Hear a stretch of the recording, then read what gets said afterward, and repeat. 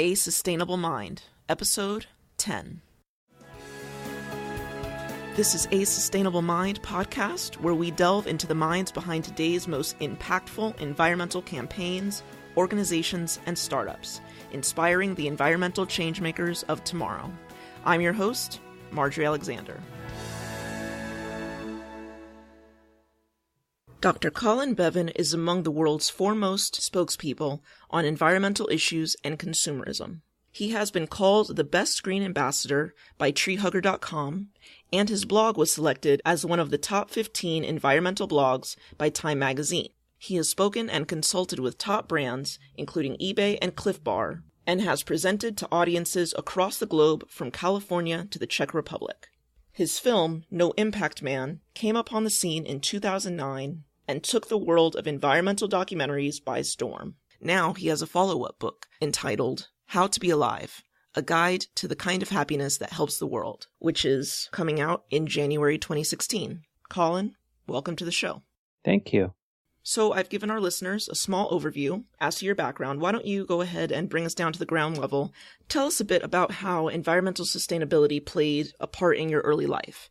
Did you consider yourself a tree hugger? Is it something that your parents considered a great deal? Or was that something that really didn't play a part in your life growing up? I mean, that's interesting, your use of tree hugger. I prefer to be called a person hugger than a tree hugger. And my reasons for that is how I came to turn my career over to talking about environmental and quality of life concerns was that in 2006, I had recently published a war book, and so was very close to the feelings and experiences of soldiers. And at the same time, we were getting more and more news of what was happening in Iraq, and I was getting more and more concerned over the fact that we were fighting a war for oil. And at the same time, I was reading more and more news about climate change and seeing what was happening when we burned that same oil, the fossil fuel, that it was actually destroying the habitat's ability to support us as a species. And then in between those two things, the war for oil and what was happening to our habitat when we burned oil, was this way of life that we have, which should be a party, because if you're going to be wrecking the place, you should be having a party doing it, right? But turned out that I looked around and people were working 10, 12, 14-hour days, not spending enough time with the people that they loved, not earning enough, not able to support their families, very high rates of anxiety and depression. And that was in the lucky part of the world, the United States. Meanwhile, 1 billion people without drinking water, in other parts of the world. So in other words, we were wrecking the place and not really having a great time doing it. And so what brought me to the environmental movement, paradoxically, was not being a tree hugger per se, but a people hugger. Like I said, that this feeling that we were actually wrecking our habitat and for a way of life that didn't even make us happy. So your entrance into the movement really had to do with quality of life as a species. Well, I mean, I guess it had to do with both. Well, I mean, it's funny because typically you say that if you talk to a group of people in a room who care about the environment and ask them to raise their hands, how many people in this room either spent a lot of time or at least had access to nature when they were growing up?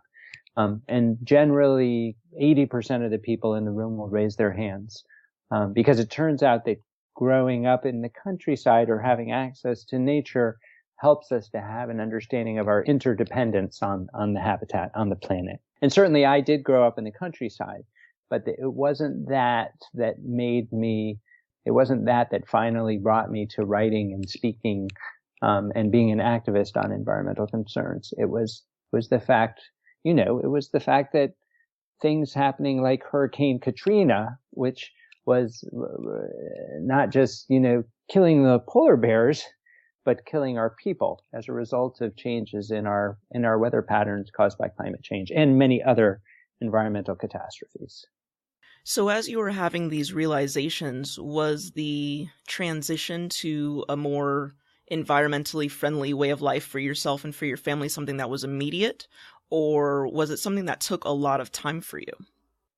To understand how I came to it, it helps to look at my career and through my 20s, I was a public relations consultant, and I worked only for not-for-profit organizations. In other words, I used public relations to assist in social change.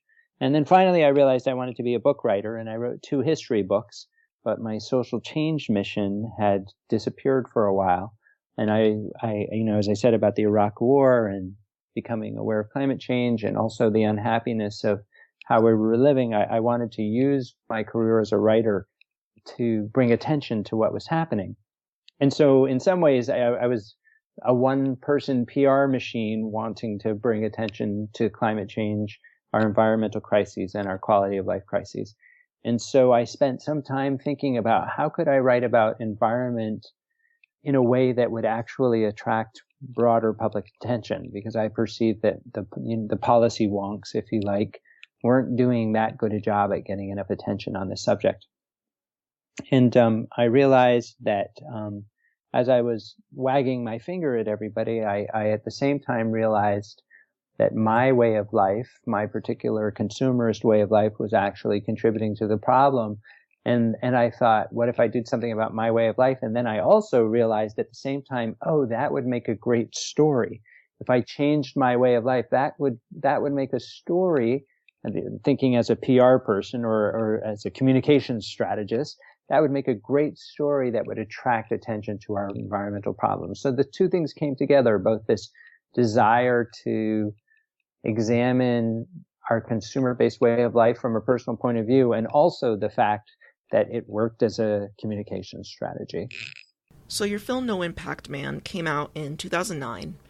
Let's talk a little bit about what that film was about, and also what was the transition like after you moved out of those experimental 12 months back into the life that you knew before.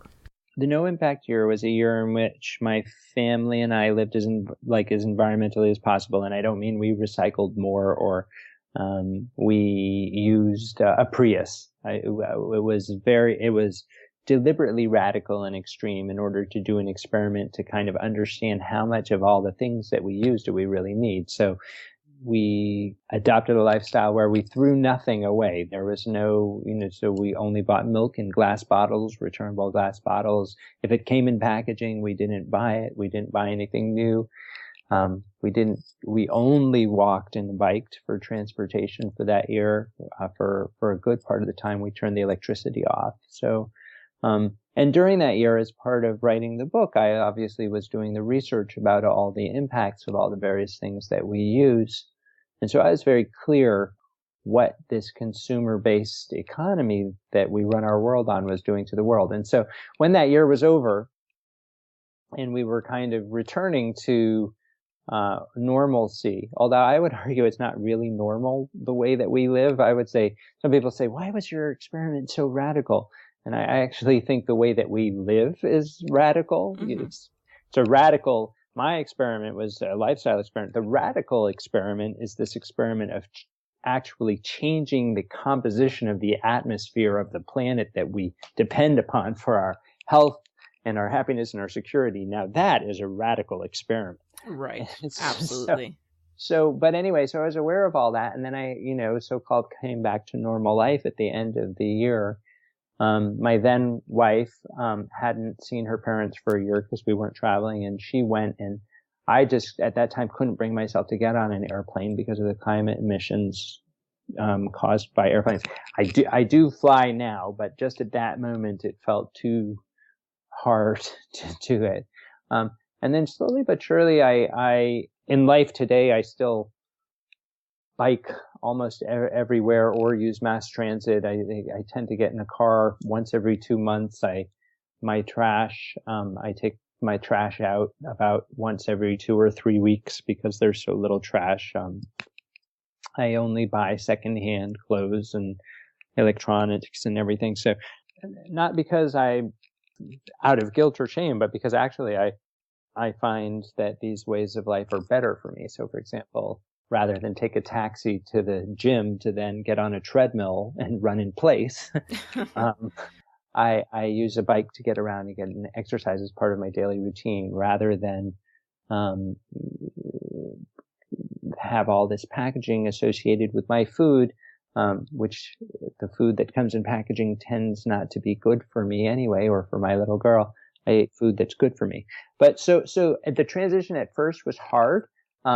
Then I discovered how I wanted a way of living that actually worked for me and was better for the environment. And most importantly, I found I kept living a life where what I did with my life, I hope is good for the world, in the sense that I keep talking about this stuff and keep inspiring and encouraging people to get involved in the social change movements, which are so important, helping people, I hope, to wake up to the power that they have, to make themselves happy, to have happy lives, and also to make a life which is better for and happier for the world.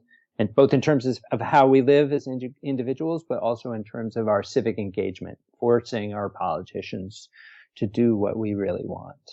Unfortunately, for the average American, something like you were doing, and even the way that you live today, feels dramatic and feels drastic to a lot of people.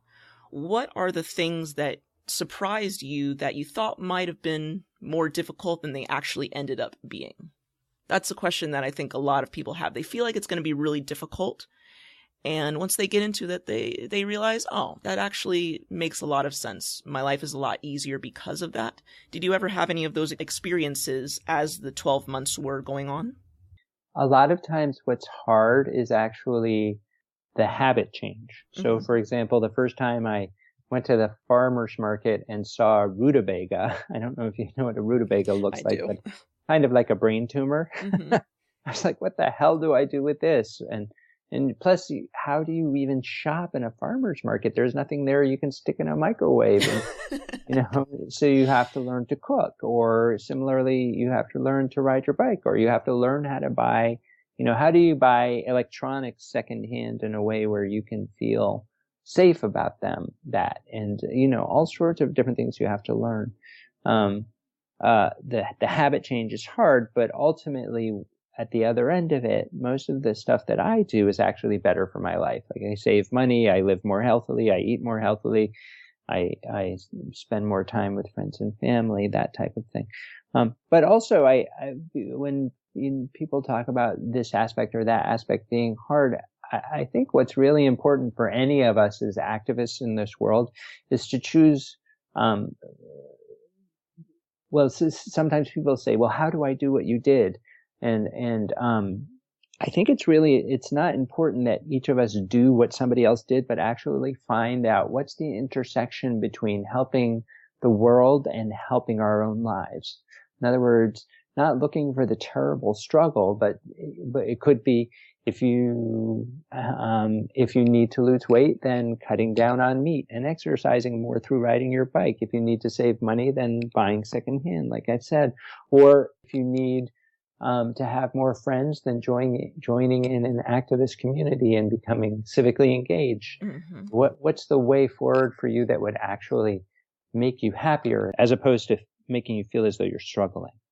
You speak about taking those steps to live a more complete life, whether it's eating more healthily, whether it's getting out of the house and getting into nature, just taking care of yourself and spending time with friends and family. Were there any parts of those 12 months that it kind of surprised you on maybe a personal or even a spiritual level? Things that you got out of that experience that really just kind of blew you away and that you weren't expecting? I guess two things really happened. One I already mentioned. I found my voice as a person and as an activist, and as even as a writer, in terms of being able to help bring the conversation around to things that really we need all to be thinking about. But the second was that because we cut TV out of our lives, people often talk about the effects of too much of TV on children, but what I learned was the effects of too much TV on parents, i.e. me, and that once I cut that average American's 3 hours of TV out, what I had was 3 more hours a day to spend with my little girl. Right. And to me, one of the best personal things that came out of that year was that I got to spend, I got to be a better dad. Wonderful. Speaking of your little girl, she was very young during the shooting of that film. In the last 6 years, how has that experience impacted her life and going off to school and interacting with her friends? How is her life a little bit different than those of average children her age, do you think? Bella's, she's 10. My daughter Isabella, and she's, a kid like any other kid. And I suppose she has a certain awareness and exposure to issues around the world and people doing things about issues around the world that some people don't have. And Bella gets on her bike just as I do, and at 10 years old shouts at cars who are driving in the bike lane. And people often say, what do we have to teach our children about this stuff? And I actually think it's the other way around. It's not a question of what we have to give our children, but what we have to be careful not to take away from our children. Because our children, if I have done this many times, if you go into a classroom of third graders and you say to them, so what we do, we blow the tops off mountains and it poisons the drinking water downstream of those mountains. And then we dig the coal out and then we throw those coal in a big fire. And that fire creates all sorts of pollution and carbon emissions, which endangers the whole planet. And we use that to make electricity. The children are like, what the hell is wrong with you adults? Yeah, right. They don't need to be. And so Bella's a bit like that. She's just an open-hearted kid. And, we don't shoot. I just try not to take that away from her because she's already there. The kids have already got it. Right. Absolutely. So, I mean, one of the things, Marjorie, I think that's really important to talk about when we're talking about No Impact Man is, we're talking about these adaptations that I've made that I made to my own way of life during that year. Mm-hmm. And we have to be careful not to think like that it's all about all of us as individuals, like just going to the farmer's market and riding our bikes and all that kind of thing. But two things. One is that we have to work as activists to make sure those possibilities are actually accessible to other people, like that actually the types of things that we're taught, the environmental, happier ways of living that we're talking about. Because No Impact, that's what No Impact Man really was. It was about this ability it was just about this conversation about what makes for a happy life, as opposed to a directive to everybody to make a happy life, because it's not available to everyone. So the first thing is, how do we actually, because our society, my point here is that our society should be structured in a way that is fair and just, and where good food and the ability to use our bodies properly and the ability to get our electricity without blowing the tops off mountains, where all of that stuff is accessible to everyone. So in some ways, what No Impact Man is really about is focusing on what needs to be changed in our society as activists to make sure that stuff's to make sure we change as a society and make sure that all of these things are available to everybody, not just about like each of us individually changing. Mm-hmm.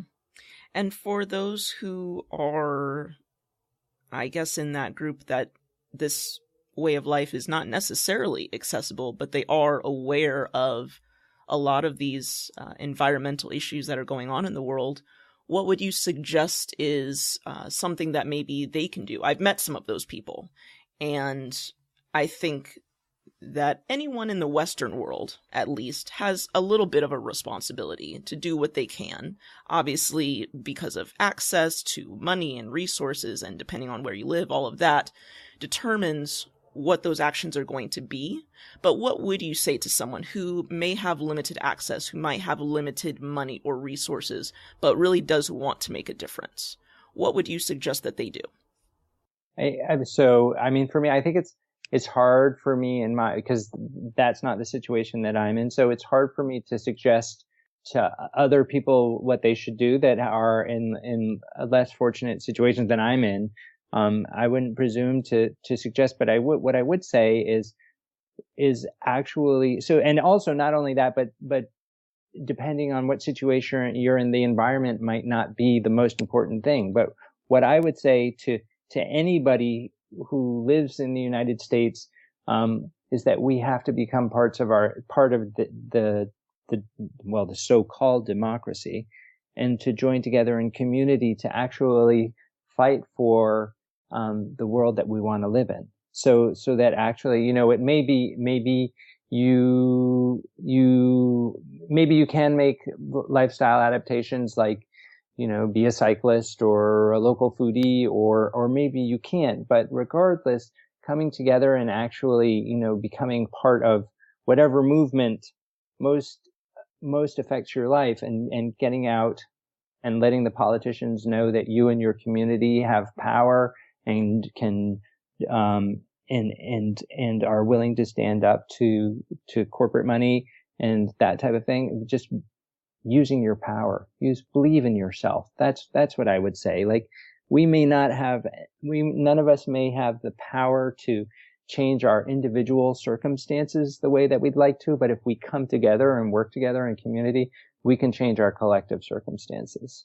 So are you talking about voting, getting involved in local campaigns, contacting local officials, or no? What exactly do you mean by that?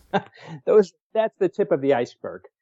Okay, so, and those who aren't sure what to do, where would you suggest that they start? First of all, none of us know what to do. Like, there's if any of us knew exactly how to fix all the problems in the world, we'd have done it. So first of all, there's no shame in not knowing what to do, right? That's the first thing to say. The fact that, and many of us feel disempowered. Certainly I sometimes do feel disempowered by not knowing how am I actually supposed to deal with these big problems that I'm seeing, right? So first of all, it's okay to not know. That's one thing to say. And second of all, to say that there are people that do have ideas. And so when any one of us is not clear, like, what can we do beyond voting or beyond signing petitions or beyond just calling our representatives, the trick is to join a community of people who are already working in that area. Whether that means pedestrian and cycling advocacy, whether it means food advocacy, whether it means Black Lives Matter, whether it means income inequality, whatever you care about, the way to learn what to do about it is to join in with groups who are already doing something about it. So that's the first thing to say. Just find other people who are already starting and they will teach you. Absolutely. So I want to jump back a little bit here because A Sustainable Mind, the podcast, has a lot to do with mindset, and a lot of what you've talked about touches on mindset. But are there any specific books that you would recommend to people out there who are looking to shift their mindset a little bit to one that is more environmentally sustainable? So one thing that I think that a lot of us are naive about and have a hard time understanding at the moment are systemic issues. I teach at Sarah Lawrence College. And when I talk to the students, I ask them to identify environmental problems, and then I ask them to come up with solutions. And they say, well, we could all shop differently, and we could all do, so kind of all these individual things. And the systems that we live in are so all-encompassing that we kind of don't even realize. It's like when you say to the fish, like, how's the water? And the fish goes, what water? And it's the same thing with the systems that we live in. So I would recommend at the moment, I'd recommend Naomi Klein's This Changes Everything, which helps to understand that the way that we live, we're actually channeled to live a certain way by our systems. Or of course, I'd recommend any of Bill McKibben's books, or anything that helps you to understand that how our society causes us to live certain ways. So it's been a pretty long journey for you since you decided to take your life in this direction of a more earth-conscious and people-conscious direction. What would you feel are the fundamentals and the tools and the resources that really have contributed not only to the success in your career, but really just you being a little bit more open in terms of how you understand the world to work, the connections that you've made, the lifestyle choices that you've made, things like that? What are the tools and resources that you've utilized along the way that have really helped you in doing that? Well, I hate to admit it, one tool that I've used a lot to learn a lot. Well, two things. One is, as I've said, joining communities of people who care about the same things that I care about. Secondly, I've used Facebook a lot now, and I hesitate to say that because I'm sure you've heard the term clicktivism. Like we all think that if we write an angry note as a comment on a Facebook that, somehow that's changing the world or changing minds. And really that's kind of all a storm in a teacup. But I have been able to use the internet to talk to people in order to do things offline. So online, offline. So for example, a group of activist friends got together in person to make a video about the Trans-Pacific Partnership Pact that our governments are signing right now, which would essentially take away some of our abilities to regulate within our own country things like fair labor laws, environmental laws, this type of thing, and allow international corporations to sue our countries for limiting their profits. Anyway, the point is that the people came together in person and made a video, and now it's distributed on Facebook and elsewhere on the internet with a call to action to go on a protest march. So in other words, there's this interaction between online and what I'll call real life, where the internet is used to facilitate things happening in real life as opposed to things that are just happening on the internet by itself. I think the internet's been a big help, but it can be a trap. You have to be careful. It can also be a trap if you're not using it to facilitate real offline work. Is there anything that you would have done differently up to this point? You say that the internet can be a trap. Are you recalling any particular instances where you look back and think, I probably could have handled that a bit differently. I probably could have chosen a different path than the one that led me to where I am now? Not with regards to the internet, but if I had, and I have had, because I was going to say, if I had No Impact Man, the year and the book and the project to do all over again, and in some ways, this next book, How to Be Alive, that comes out in January, corrects some of my mistakes or picks up where I left off. I would have done two things differently there. One was that when I lived the No Impact year, I kept saying nobody has to live the way that I do.